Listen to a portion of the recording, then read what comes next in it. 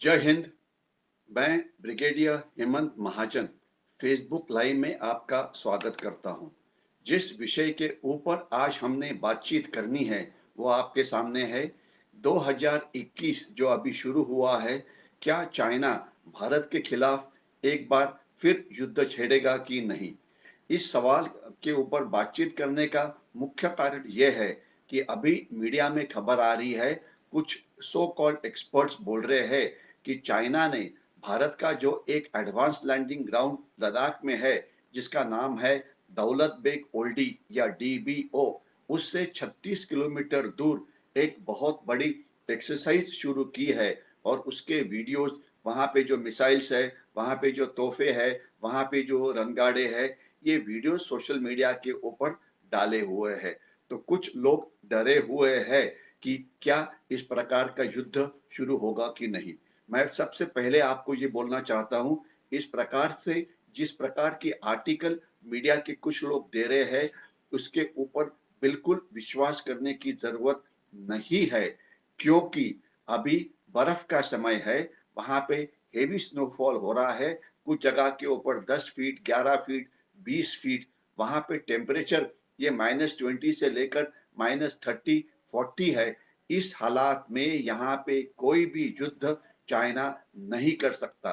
तो ये so called experts जो आपको डराने की कोशिश कर रहे हैं, भारत की जनता के खिलाफ एक साइकोलॉजिकल वॉर कर रहे हैं, या मानसिक वॉर कर रहे हैं, या डिसइंफॉर्मेशन वॉर कर रहे हैं, या अपप्रचार या दुष्प्रचार युद्ध कर रहे हैं कि युद्ध छेड़ने वाले हैं, इसके ऊपर बिल्कुल ही 0% अमल हो सकता है। क्योंकि इतनी बर्फ के समय इस भाग में लड़ाई कभी भी नहीं हो सकती। ये मैं आपको छाती ठोक के बोल रहा हूं, इसके ऊपर आप गौर करिए। दूसरी बात, अगर लड़ाई नहीं हो सकती तो क्या बाद में हो सकती है? अप्रैल 2021 के बाद वहां पे बर्फ मेल्ट होनी शुरू होगी। तो उसके बाद क्या चाइना वहां पे लड़ाई शुरू कर सकता है? तो उसका शॉर्ट में आंसर है, शुरू तो कर सकता है। कैपेबिलिटी तो उनमें है, 3 या 4 लाख फौज वो वहां पे ला सकता है। लेकिन हम इस प्रकार के युद्ध के लिए तैयार है। हम हमारी युद्ध की तैयारी कर रही है। अलग अलग वेपन्स जो लाने हैं, डिफेंस बजट बढ़ाना है, रोड्स को ठीक करना है, ज्यादा फौज को वहां पे लाना है। तो ये हम सब कार्रवाई कर रहे हैं। तो ज्यादा फिक्र करने की जरूरत नहीं है। लेकिन इसकी हम और ज्यादा विश्लेषण करेंगे। लेकिन इसके ऊपर बातचीत करने से पहले मैं 3-4 और मुद्दों के ऊपर बातचीत करूंगा, जिसके भारत का सुरक्षा के ऊपर बहुत ही असर होता है। एक तो 2-3 दिन पहले अचानक पाकिस्तान के बड़े शहरों में ब्लैकआउट हो गया, क्योंकि कारण था पावर फेल्योर। और उसके बाद पाकिस्तान के सोशल मीडिया के ऊपर खबरें शुरू हो गई कि शायद भारत ने पाकिस्तान के ऊपर हमला किया है, इसलिए ये ब्लैकआउट हुआ है। कुछ ने सोचा कि कोई बड़ा दहशतवादी हमला हुआ है। कुछ लोगों ने सोचा कि बहुत बड़ा नेचुरल डिजास्टर आ रहा है। लेकिन पाकिस्तान हमारे से कितना डरता है, उसका ये एक एग्जाम्पल था। बाद में ये पता लगा कि ये ब्लैकआउट तो खैर ग्रिड फेल्योर के कारण हुआ, लेकिन उसका दूसरा कारण ये भी है कि काफी सारा कोयला जिससे पाकिस्तान में पावर जनरेशन होता है, वो अभी चाइना में जा रहा है। क्योंकि इसके पहले चाइना के अंदर जो पावर जनरेशन होता था, कोयले से होता था। और उसमें से 50-60% कोयला ये ऑस्ट्रेलिया से आता था। जब ऑस्ट्रेलिया और चाइना के बीच में शब्दों की लड़ाई शुरू हो गई, व्यापार युद्ध शुरू हो गया, आर्थिक युद्ध शुरू हो गया, डिप्लोमेटिक वॉर शुरू हो गया, उसके बाद चाइना ने ऑस्ट्रेलिया को सबक सिखाने के लिए उनसे कोयले की आयात करना बंद कर दिया। तो इससे नुकसान ऑस्ट्रेलिया को कुछ नहीं हुआ, बल्कि चाइना का हुआ। क्योंकि अभी उनके पास पावर जनरेशन के लिए कोयला पूरी मात्रा में अवेलेबल नहीं है। तो अभी इन्होंने पाकिस्तान से कोयला लाना ये शुरू कर दिया है। इसीलिए पाकिस्तान के अंदर ब्लैकआउट की प्रॉब्लम ये शुरू हो गई थी। दूसरी बड़ी खबर यह है कि आपने पेपर में पढ़ा होगा कि इंडियन एयरफोर्स के लिए 84 तेजस विमान हमारी हवाई दल में अगले 2-3 साल में शामिल करने के लिए एक एग्रीमेंट के ऊपर HAL यानी कि हिंदुस्तान एरोनॉटिक्स लिमिटेड और इंडियन एयर फोर्स के बीच में एक करार हो गया है, जिसमें इतने विमान आएँगे। अगर हम इंडियन एयर फोर्स की तरफ देखते हैं, तो उनकी स्क्वाड्रन्स की संख्या अभी काफ़ी कम हो गई है। टू फ्रंट वॉर यानी चाइना और पाकिस्तान के खिलाफ वॉर लड़ने के लिए 44 स्क्वाड्रन चाहिए, लेकिन एयर फोर्स के पास 30 ही स्क्वाड्रन है। फाइटर स्क्वाड्रन की मैं बात कर रहा हूँ।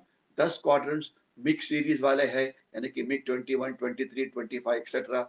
10 स्क्वाड्रन जो है वो मिराज और जगवार के हैं और 10 स्क्वाड्रन ये सुखोई के हैं। तो ये जो मिक्स सीरीज वाले जो स्क्वाड्रन्स है, ये जो विमान है 50-60 साल पुराने हैं, बहुत पुराने हैं। इन्हें फ्लाइंग कॉफिन बोला जाता है। इनको बदली करने की ज़रूरत है, लेकिन उनकी रिप्लेसमेंट नहीं मिल रही थी, इसलिए अभी भी वो सर्विस में है और अभी कुछ दिन पहले ही मिग का एक एक्सीडेंट हुआ था, ये आपने पेपर में पढ़ा होगा। तो अभी इस समय जो तेजस विमान आने वाला है, जो हमारे डीआरडीओ ने डेवलप किया है हिंदुस्तान एरोनॉटिक्स के लिमिटेड के मदद से, तो ये अभी 84 एयरक्राफ्ट हमारे एयरफोर्स में आएंगे, जो मिक्स सीरीज को रिप्लेस करेंगे। तकरीबन एक स्क्वाड्रन में 16 से 18 विमान होते हैं, तो 5 या 6 स्क्वाड्रन विमान रिप्लेसमेंट के लिए अगले कुछ समय में आएंगे, जिससे हमारी फाइटिंग एबिलिटी बढ़ेगी। और ये जो विमान आ रहे हैं, ये एलसीए मार्क 2 है, यानी कि हमारे पास तेजस के 2 विमान 2 स्क्वाड्रन्स पहले ही हैं। अभी इसके ऊपर इम्प्रूवमेंट तकरीबन 30-40 और इम्प्रूवमेंट हुई है। इसका रेंज बढ़ा है, इसके ऊपर और ज़्यादा अच्छे वेपन्स लगे हुए हैं, एवियोनिक्स में इम्प्रूवमेंट हुआ है। ये एक जिसे बोलते हैं रडार के ऊपर देखने के लिए ये विमान अभी काफ़ी डिफ़िकल्ट तरह से नज़र आएगा शत्रु को। काफ़ी सारी इम्प्रूवमेंट हुई है। तो आशा करते हैं इससे हमारी एयर फ़ोर्स की क्षमता ये बढ़ेगी और ये पहला इतनी बड़ी संख्या में देश में बना हुआ विमान एयर फ़ोर्स में आएगा। नेक्स्ट मुद्दा मेरा है वैक्सीन डिप्लोमेसी के ऊपर। चाइना ने हमारे देश के खिलाफ चाइनीज़ वायरस की लड़ाई शुरू की थी। कुछ लोग उसे गलती से कोविड-19 बोलते हैं, कुछ और गलती करते हैं, बोलते हैं कोरोना है, लेकिन ये चाइनीज़ वायरस है, जो एक जैविक महायुद्ध है या बायोलॉजिकल वर्ल्ड वॉर, जो चाइना ने हमारे देश के खिलाफ और पूरी दुनिया के खिलाफ शुरू किया है। लेकिन अभी ये युद्ध हम जीतने वाले हैं, क्योंकि वैक्सीन का जो तैयारी हो गई है, जो इसके ऊपर एक रामबाण उपाय है और 16 तारीख से हर एक को वैक्सीन मिलेगा और इस जो महाभयंकर ये बीमारी थी, इसके ऊपर हम कब्जा करेंगे। और इसी समय चाइना जिन्होंने ये शुरू किया था, वहाँ पे उन्होंने जो वैक्सीन बनाया है, वो लेने के लिए नेपाल भी तैयार नहीं है। वो लेने के लिए साउथ ईस्ट एशिया के देश भी तैयार नहीं है। ब्राज़ील ने इसे पहले ही ना बोला हुआ है। तो वैक्सीन डिप्लोमेसी में हम बिल्कुल चाइना से बहुत आगे है, इसके बारे में किसी को शक नहीं होना चाहिए। हमारा देश तो सेफ होगा ही, लेकिन दुनिया का 60% वैक्सीन जो है, वो हमारे देश से पूरी दुनिया में जाएगा। ये हमारा एक बहुत बड़ा विजय है।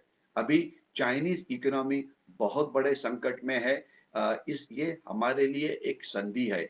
आज चाइनीज़ इकोनॉमी हमारे इकोनॉमी की तुलना में 3 and half times to 4 times है, इसलिए उनका डिफेंस बजट बहुत बड़ा होता है। अगर हमारी और उनके बीच में इकोनॉमी की जो साइज़ है, ये कम हो, तो हमारा डिफेंस बजट बढ़ेगा और हम उनके साथ लड़ने के लिए ज़्यादा काबिल बन जाएँगे। तो चाइनीज़ की जो अर्थव्यवस्था संकट में है, ये हमारे लिए एक बहुत बड़ी संधि है। अभी आज ही जनरल मनोज नरवणे, जो हमारे चीफ ऑफ आर्मी स्टाफ है, उन्होंने मीडिया को एक इंटरव्यू दिया चाइना और पाकिस्तान के बारे में। नरवणे साहब बहुत ही कम बातचीत करते हैं। जब वो बातचीत करते हैं, तो सभी उसको उसे बहुत ही अच्छी तरह से सुनते हैं। तो उनका जो भाषण था, ये एक मैसेज तो हमारी देश की जनता को स्वस्थ करना था कि हम टू फ्रंट वॉर लड़ने के लिए चाइना और पाकिस्तान से कोई भी चैलेंज आता है, उसके साथ मुकाबला करने के लिए बिल्कुल पूरी तरह से तैयार है। ये उनका पहला मैसेज था। दूसरा मैसेज चाइना और पाकिस्तान से है, अगर आप पंगा लेंगे तो आपकी हालत बुरी होगी, जिस प्रकार की हालत हमने आपकी गलवान वैली में कर दी थी 14-15 जून 2020 में, या हमने आपको बहुत बड़ा एक मुक्का लगाया था कि जब कैलाश पर्वत के ऊपर हमारी सेना ने आक्रामक कार्रवाई करके चाइना के ऊपर डोमिनेटिंग पोजीशन अख्तियार कर ली। तो ये चाइना और पाकिस्तान के लिए भी मैसेज है कि बी वेयर। और तीसरा मैसेज जो है वो इंटरनेशनल कम्युनिटी के लिए है। देखिए, भारत दुनिया में अकेला देश है जिन्होंने चाइना के खिलाफ मिलिट्री एक्शन की और इस मिलिट्री एक्शन के अंदर जीत पाई। बाकी किसी भी देश की हिम्मत नहीं हुई है चाइना के खिलाफ मिलिटरीली एक्ट करने की। तो हमारा देश बिल्कुल सेफ हैंड में है, ये मैसेज पूरी दुनिया के लिए भी है। अभी मुख्य मुद्दा आज ये है, जो मेरा मुख्य विषय है, कि 2021 में मिलिटरीली इंडो चाइना बॉर्डर के ऊपर क्या होगा। अभी की परिस्थिति क्या है? अभी परिस्थिति यह है कि 5 मई को जो ये लश्करी स्टैंड ऑफ शुरू हुआ था, वहां पे चाइना दो जगह पे जहां पे अंदर आई थी। एक तो है गलवान का एरिया जहां पे वो फिंगर फोर तक आए हुए है। दूसरा है पैंगोंग त्सो लेक का नॉर्थ का एरिया जहां पे वो थोड़े 2-3 किलोमीटर अंदर आए हैं। और डेप्सांग प्लेन के ऊपर उन्होंने हमारी पेट्रोलिंग कुछ हद तक रोकी हुई है। लेकिन हम कैलाश पर्वत के ऊपर उनके सर पे बैठे हैं, तो ये हमारे लिए एक विजय है। तो ये एक स्टेलमेट के नाम से इसे बताया जा सकता है। जिस उद्देश्य से वो आए थे चाइना, उसमें से कोई भी उद्देश्य वो हासिल नहीं कर सके।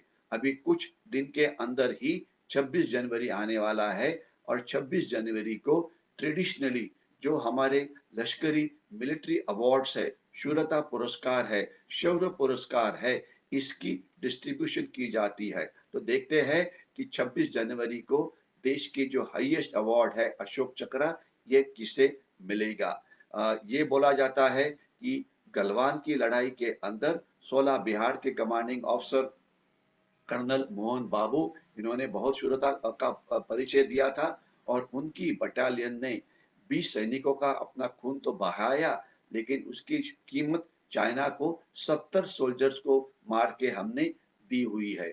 और 1978 के बाद चाइना का ये एक सबसे पहला लॉस है जब उन्होंने इतनी बड़ी संख्या में अपनी सेना की मौत देखी हुई है। तो शायद ये जो गलवान के हीरोज है, इनका देश कदर करेगा और इसमें से काफी लोगों को अवार्ड्स मिलेंगे। देखते हैं कि 26 जनवरी को क्या होता है। तो अभी अप्रैल के महीने के अंदर जब बर्फ गिरेगी तो क्या चाइना युद्ध करेगा? तो इसके लिए मैं आपको ये बोलना चाहता हूँ कि अभी हम उस इलाके में जिस प्रकार की तैयारी करनी है, ये पूरी तरह से कर रहे हैं। एग्जाम्पल के लिए, वहां पे सेना की मूवमेंट के लिए रोड्स की जरूरत है, वो रोड्स पूरी तरह से तैयार हो रहे हैं। ऑल्टरनेट एक्सिस लद्दाख के लिए आनी चाहिए, वो हिमाचल प्रदेश की तरफ से आ रही है।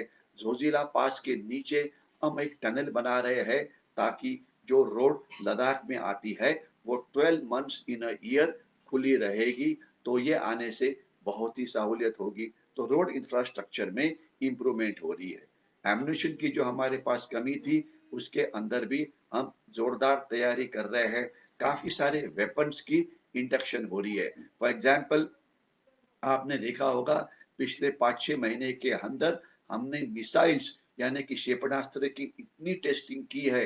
कुछ क्षेपणास्त्र एयरफोर्स में शामिल होने वाले हैं, कुछ नेवी में और कुछ इंडियन आर्मी में, जिससे हमारी ताकत और बढ़ेगी। सर्वेलेंस के लिए जो ड्रोन्स का इस्तेमाल कर रहे हैं, हमारे ड्रोन्स कुछ नेवी के अंदर आए हैं, कुछ आर्मी के पास है। इसके सिवाय हमने हमारे इंडियन मेड ड्रोन्स को भी वहां पे तैनात करना शुरू किया है, क्योंकि सबसे इम्पोर्टेंट बात यह है कि चाइना की कोई भी बिल्डअप, उनकी कोई भी मूवमेंट हमें जल्दी से पता लगना चाहिए, जिससे हम अच्छी तरह से उनका मुकाबला कर सके। तो ये तो हो ही रहा है। हमने अलग अलग देशों के साथ करार किए हुए हैं, क्वाड्रिलैटरल कोऑपरेशन, जो समुद्र के हम अंदर हमें ज्यादा अच्छी सुरक्षा देता है, जिसमें ऑस्ट्रेलिया, अमेरिका, जापान और भारत शामिल है। कुछ साउथ ईस्ट एशिया के देश भी शामिल होने की उम्मीद है।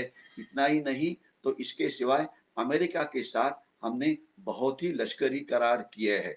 इसमें से मैं एक के ऊपर ज़्यादा फ़ोकस करना चाहता हूँ। आज की ही न्यूज़पेपर में एक रिपोर्ट है, अमेरिका के मिनिस्ट्री ऑफ डिफेंस ने एक सीक्रेट अहवाल जो है, वो अभी पब्लिक डोमेन में डाला हुआ है, क्योंकि अमेरिका जो मिलिट्री कार्रवाई करती है, वो उसके बारे में बातचीत नहीं की जाती। लेकिन जो अभी पब्लिक डोमेन में आया है अहवाल, इसमें ये बात बिल्कुल साफ की हुई है कि चाइना के खिलाफ मदद करने भारत की मदद करने के लिए अमेरिका बहुत बड़ी कोशिश करने वाला है, ताकि अमेरिका वो मदद मतलब हमारी मिलिट्री मॉडर्नाइजेशन के अंदर हो सकती है। टेक्नोलॉजी का अमेरिका सुपर पावर है, तो टेक्नोलॉजी ट्रांसफर से हो सकती है। मेक इन इंडिया के अंदर काफ़ी सारी आगे मूवमेंट की उम्मीद है। और जो अमेरिका के जो बेसिस है, मिलिट्री बेसिस है, जो पूरी दुनिया में है, इंडियन ओशन में है, पैसिफिक में है, इसका इस्तेमाल हम कर सकते हैं। अमेरिका से लॉजिस्टिक कोऑपरेशन की भी हमें उम्मीद है। और इतना ही नहीं, तो इतर देश जो है, उनके साथ हमने मिलिट्री डिप्लोमेसी का इस्तेमाल करते हुए आगे काफ़ी प्रोग्रेस की है।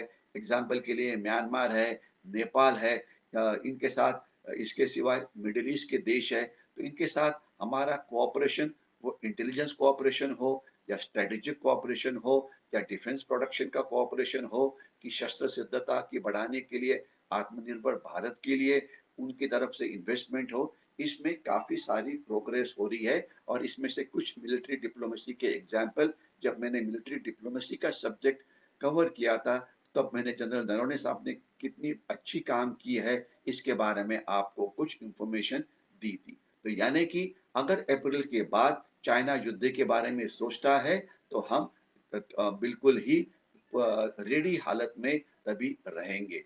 क्या चाइना युद्ध करेगा? चाइना की मिलिट्री कैपेबिलिटी तो है, लेकिन क्या उनमें हिम्मत है? क्या वो इंडियन आर्मी का मुकाबला कर पाएँगे? तो इसका शॉर्ट आंसर है कि चाइना की इस प्रकार की लड़ाई करने की हिम्मत बिल्कुल नहीं है। जो हमारे देश के एक्सपर्ट हैं, कोई भी इवेंट होने के बाद वो उसका विश्लेषण अच्छी तरह से करते हैं, लेकिन कोई भी एक्सपर्ट ये फोरकास्ट नहीं करना चाहता, ये भविष्य नहीं बताना चाहता कि चाइना आगे आने वाले दिनों में क्या करेगा।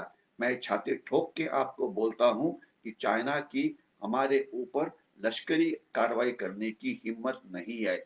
इसका मतलब यह है, जिस प्रकार का वॉर 1962 में हुआ था, इस प्रकार का वॉर करने से चाइना डरता है, क्योंकि उनको पता है इंडियन आर्मी बहुत टफ है, उनकी लीडरशिप अच्छी है, और उनको ये कभी मैच नहीं कर पाएँगे, क्योंकि अगर वो लड़ाई करेंगे तो उनका काफ़ी खून बहेगा, ये उनको समझ में आया है। इतना ही नहीं, तो इंडियन सोल्जर चाइनीज सोल्जर को सुपीरियर है, इंडियन लीडरशिप सुपीरियर है, इंडियन आर्मी का जो एक्सपीरियंस है लड़ने का, वो ज़्यादा अच्छा है, इसलिए लश्करी कार्रवाई होना मुश्किल है। क्या जैसे 1967 में चोला और में कार्रवाई हुई थी, जब हमने 370 से ज़्यादा चाइनीज सोल्जर्स को मारा था, पॉसिबिलिटी को रूल आउट नहीं किया जा सकता। या गलवान जैसी लड़ाई होगी, जहाँ पे 20 हमारे सोल्जर्स गए और उनके हमने 70 मारे थे, इस प्रकार से क्लैश होगा, हो तो सकता है, हम उसके लिए तैयार हैं, लेकिन चाइना की खुद करने की इतनी हिम्मत नहीं है। लेकिन क्या फिर चाइना चुप बैठेगा? नहीं, चाइना हमारे पास किस प्रकार से लड़ाई लड़ेगा? तो वही हाइब्रिड वॉर, जिसके बारे में इसके पहले हमने शुरुआत में बहुत बात की है, और हाइब्रिड वॉर के तकरीबन 9-10 प्रकार है। हर एक वॉर के बारे में हमने बातचीत की हुई है, तो यही हाइब्रिड वॉर आगे चलाएगा, जिसमें वो साइकोलॉजिकल वॉर करने की कोशिश करेंगे कि हम आपके ऊपर हमला करेंगे, डराने की कोशिश करेंगे। इसके बाद आर्थिक युद्ध, यानी कि हमारी इकोनॉमी में इन्फिल्ट्रेशन करने की कोशिश करेंगे। हम उनकी जो इकोनॉमी है, उससे डीकपल होना चाहते हैं, और हमारा जो सोर्स ऑफ सप्लाई, जो अभी चाइना के ऊपर ओवर डिपेंडेंट है, ये अभी कम करने में हमें काफ़ी कामयाबी मिली है। आर्थिक घुसखोरी को हम रोक रहे हैं, उनके आर्थिक आक्रमण को रोक रहे हैं। उनका जो one belt one road project है, उसे तो हमने अच्छी तरह से शह दिया हुआ है, और उनका जो one belt one road project हमारे नेबरिंग कंट्रीज़ में है, वो अभी लॉस में चल रहा है। लेकिन क्या वो डिप्लोमेटिक वॉर करेंगे? यस, अभी-अभी उन्होंने फिर एक बार पाकिस्तान को मदद करने की कोशिश की, लेकिन अभी हम यूनाइटेड नेशंस सिक्योरिटी काउंसिल में एक नॉन परमानेंट मेंबर बने हुए हैं, तो हमारा जो राष्ट्रीय हित है, इसे हम ज़्यादा अच्छी तरह से उसका रक्षण कर सकते हैं। यानी कि हाइब्रिड वॉर के अलग-अलग हिस्से, लीगल वॉर है, डिसइन्फॉर्मेशन वॉर है, आर्थिक युद्ध है, ये वो करते रहेंगे। वो पाकिस्तान की मदद लेते हुए कश्मीर में दहशतवाद को बढ़ाने की कोशिश करेंगे। वो जो नक्सलवादी या माओवादी है, उनको भड़का के सेंट्रल इंडिया में हिंसाचार करने की कोशिश करेंगे। वो कुछ एनजीओज़ को पैसे दे के हमारे देश में एजिटेशंस या आंदोलन बढ़ाने की कोशिश करेंगे, ताकि हमारी देश की आर्थिक प्रगति रुक जाए। इसके सिवाय वो नॉर्थ ईस्ट में जो इंसर्जेंसी चल रही थी, जिसकी बैकबोन इंडियन आर्मी में तोड़ दी थी, और आज तकरीबन 11,000 से ज़्यादा नॉर्थ ईस्ट के जो इंसर्जेंट्स है, वो डेजिग्नेटेड कैंप्स के अंदर है, और उनके साथ खास तो नागा जो ग्रुप्स है, उनके साथ एक परमानेंट एग्रीमेंट होने की उम्मीद है, लेकिन चाइना उनको भटकाने की कोशिश कर रहा है। तो ये जो हाइब्रिड वॉर की अलग-अलग तरीके हैं, ये तो चलेगा, ये लड़ाई चलेगी, तो हमारे देश ने चाइना के साथ एक लंबी लड़ाई के लिए तैयार होना चाहिए, जिसके अंदर हर एक सिटीजन का ये काम है कि डिसइन्फॉर्मेशन वॉर की विक्टिम मत हो। अच्छी खबर आपके पास आती है, समझो अगर ये वीडियो आपको अच्छा लगता है, तो उसे ज़्यादा से ज़्यादा लोगों के साथ शेयर करो, और देश की 130 करोड़ जनता इकट्ठी होके चाइना और पाकिस्तान के खिलाफ अगर लड़ती है, तो हम ये लड़ाई जीत सकते हैं। आज हर एक इंडियन ने जिस फील्ड में वो है, इस फील्ड में अच्छा काम करने की ज़रूरत है, ताकि हमारी अर्थव्यवस्था चाइना की अर्थव्यवस्था के साथ पहुँच सकेगी, और चाइना का जो ये चैलेंज है, जो बहुत साल चलने वाला है, इसे मीट करने में हमें कामयाबी मिलेगी। मैं यहीं पे रुकता हूँ। अगर आपको ये वीडियो अच्छा लगा होगा, ये तो इसे लाइक करिए, और ज़्यादा से ज़्यादा लोगों के साथ शेयर करिए, और हमारे पेज को फॉलो करिए। रुकता हूँ मैं। जय हिंद।